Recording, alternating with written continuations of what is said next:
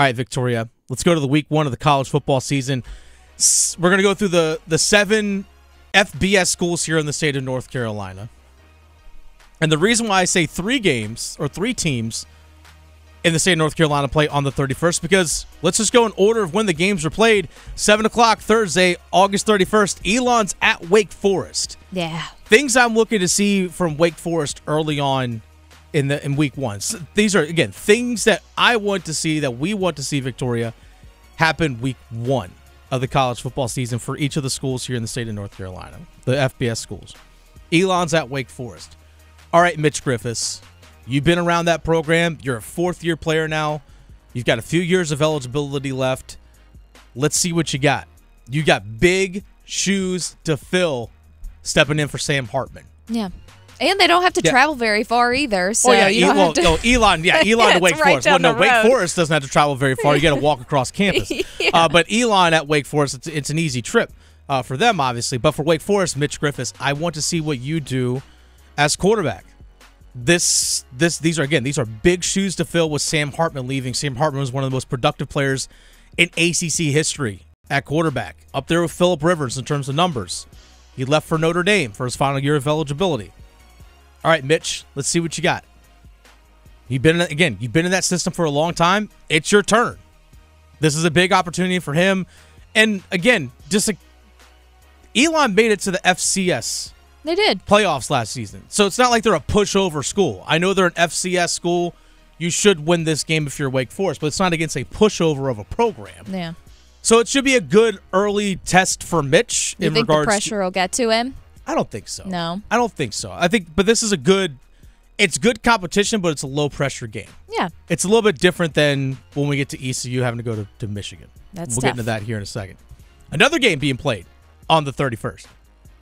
NC State at UConn. Similar thing to Mitch Griffiths stepping in. Brennan Armstrong, you're the transfer coming in at quarterback. How do you recreate what you did at Virginia with Robert Anae as your offensive coordinator? Robert Anae, the offensive coordinator now for NC State. I'm really curious to see what this NC State offense looks like. I know. I really am curious to see what their offense looks like. I don't think anyone really knows what to expect. I know we've been saying it a lot with the Carolina Panthers, but works the same for State. It could look different sure. I think it's going to look very different. And the one thing that we hear often about Robert Anae's offense is that it's pretty, there's no this is what I do and I got to find the guys that fit it. He adapts to what the personnel is around him. So I'm really curious to see what NC State does against UConn week 1 that Thursday. All right, let's move to Saturday. We have a noon kickoff. ECU is at Michigan. Now, here's something to keep in mind. Jim Harbaugh working with the NCAA in that 4-game suspension to start the season. So Jim Harbaugh not going to be coaching. Nope. Now, ECU's got to replace some productive players like Keaton Mitchell, like Holt Naylor's at quarterback. But there's some guys that have been waiting in the wings. That's what Mike Houston told us. They're ready to go. They're ready to step in. It's their turn. All right. You got a big one. You got to go to the big house. You got to go up to Michigan. That's an intimidating atmosphere for a group of 5 program. It can be. I mean, Michigan's probably going to be ranked 2 or 3 to start the season, right? They're going to probably be ranked in the top 5 at least to start the season. It's a big test. I wonder if Michigan's going to have flashbacks to another North Carolina school that went up there a few years ago. Shout-outs to App. Speaking of App. I know. I was going to say, transitioned over. I see how it worked that in. Uh-huh. They play another North Carolina school, Gardner-Webb. Gardner-Webb that went to the FCS playoffs last season. They did. This is a good team that's coming up to Boone to play App State. Back in 2018, I don't know if you remember, but it was a horrible game between the two of them. Yeah. 72-7. App won. Yeah. Well. So, and I realized that was a while ago, but the scars are still there. Gardner-Webb has come a long, long way. It's come a long, long way. They have. But nonetheless, App State, all right, this is an opportunity for you, similar to what Mitch Griffiths at Wake Forest against Elon. All right, whomever is stepping in for Chase Bryce. Chase Bryce was a quarterback for a couple years there. He's gone. Cameron Peoples, one of their top running backs, is also gone. He's actually with the Carolina Panthers. All right, how do you build off a disappointing – how do you rebound from a disappointing 6-6 season last year? Because it's what it was. It was a 6-6 season. 2 wins came against FCS programs, so you weren't eligible to play in a bowl game. This has got to be a bounce-back season for them. I think it's one of those situations where we see, like, okay, App probably wins this one pretty cleanly, is my guess. It's hard to beat on the mountain, I'm going to say that. It is. And it's week 1, so you don't know what to expect either. No one knows.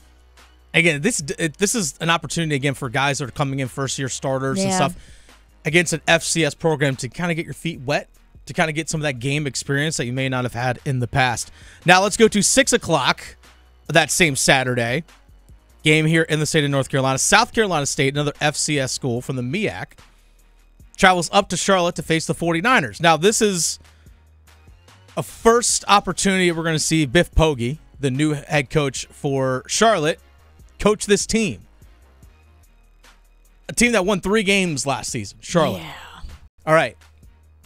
Let's turn things around. That's really it. Like, you're brought in to turn things around. Let's see you turn things around. Let's see. You may not be clean. You may not be perfect in week 1, but show that there's progress from last season. Right. That's what you need to see. I want to see progress from last season from the 49ers. And the bar is already set so low. Let's not go lower. Exactly. Now, also in Charlotte at Bank of America Stadium that week 1, that's Saturday night, UNC versus South Carolina at Bank of America Stadium. This is a primetime 7:30 ABC kickoff. It'd be a good one. Your perception of your entire season, North Carolina, hinges on this game. Yeah. Simple as that. Your entire season hinges on this game. At least the perception of your season is this. If you lose to South Carolina, be like, well, no one, like, you know, you lost to an SEC school. No one's going to think highly of North Carolina, even if they mow through the rest of their schedule. Be like, you still lost to South Carolina. Yeah, setting the tone. Exactly. Set the tone for your season. Win against South Carolina because we got to beat schools from the state of South Carolina because the state of South Carolina sucks. I was waiting for that one. Beat them handedly, and everyone's going to start looking like, oh. Especially at Bank of America. I mean, come on. You got to. You got to you got to win that game, in my opinion, but definitely dominate it. But at least get the win. Yeah. And then speaking of South Carolina. Clemson. This is a Monday Night Football game. This is primetime for Duke on Monday night, ESPN, 8 o'clock. That Monday, Clemson travels to Wallace Way Stadium to take on Duke. A matchup that we have not seen in a long time, it feels like. When's the last time you saw Clemson at Duke? I can't even remember. No, but I'm excited. This is a big one for both teams because I know a lot of people are going to have questions about Clemson because they had a down year. I say that in air quotes, a down season last year, even though they won double-digit games and got to an Orange Bowl, whatever. But that's a down season by their standards. This is for Duke to show, hey, you know what? That 9-win season, like, they may not win this game, but that 9-win season last year was no fluke. Right. That 9-win season's no fluke. Yeah. Like, we got all these guys returning. Riley Leonard at quarterback coming back. Overlooked oftentimes. We talk about quarterbacks in the ACC because we talk Brennan Armstrong, we talk Drake May, we talk Cade Klubnik, who's coming in for Clemson. Right. All right, Duke, this is your chance to prove yourself that last year wasn't a joke. Well, that's why I'm excited to see what they can do this year, if they can actually keep the momentum from last year, because they do have all of or most of their roster still coming, and they were great last year. So there's no reason that they shouldn't be at least the same like we did a couple days ago or last week. Are they going to stay the same, be worse, get better? They should at least stay the same. Yeah. But you would hope get better. The schedule's tougher. Now, here's the thing. This Duke team might be better than what it was last year, but because of the tougher schedule, they might still just win 9 games. Say just 9 games. If they win 9 games again this season, that's a success because their schedule is much more difficult than it was last year, and it starts with a tough one against Clemson.